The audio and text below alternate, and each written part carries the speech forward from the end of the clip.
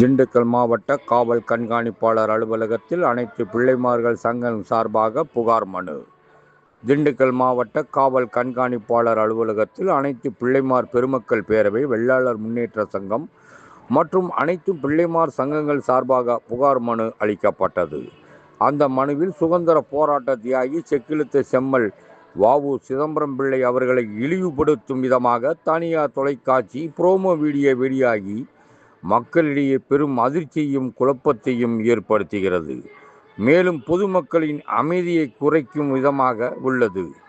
எனவே ஒளிபரப்பிய நிறுவனத்தின் மீது நடவடிக்கை எடுத்து காட்சிகளை சமூக வலைதளங்களில் பரவாமல் தடுக்க வேண்டும். தேசிய தலைவர் வ.உ.சி. தியாகத்தையும் மாண்பையும் பாதுகாக்க உதவிட வேண்டும் என தெரிவிக்கப்பட்டுள்ளது.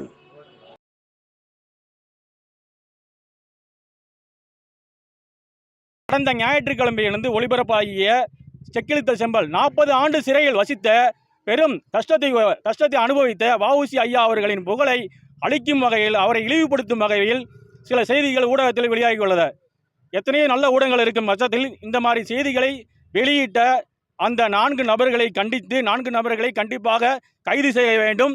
ஐயா அவர்கள் செக்கிழுத்த அந்த செக்கை கோவை சிறையிலே அவர்களை இழுக்க வைக்க வேண்டும், அவர்களை அங்கே அடைக்க வேண்டும் எங்களது கோரிக்கையை வலியுறுத்துகிறோம். ஆங்கிலேயரை எதிர்த்து போராடிய மாபெரும் தலைவர் வ.உ.சி. அவர்களை குறிப்பில் அவர்களை புகழ மறந்தாலும் பரவாயில்லை, இழிவாக பேசுவதை இனி எங்கள் சமுதாயமில் உலக தமிழ்நாடு மக்கள் யாவருமே வெறுக்கத்தான் செய்வார்கள். தக்க மன்னிப்பு என்பது சாதாரண தனியாக வீட்டுக்குள்ளிருந்து வீடியோ போட்டால் பத்தாது. எந்த சேனல் வாயிலாக நீங்கள் செய்தீர்களோ அதே வழியாக முழுமையாக அவரோட புகழை நீங்கள் நாட்டுக்காக உழைத்த அத்தனை செயல்களிலும் கூறி மன்னிப்பு கேட்க வேண்டும்.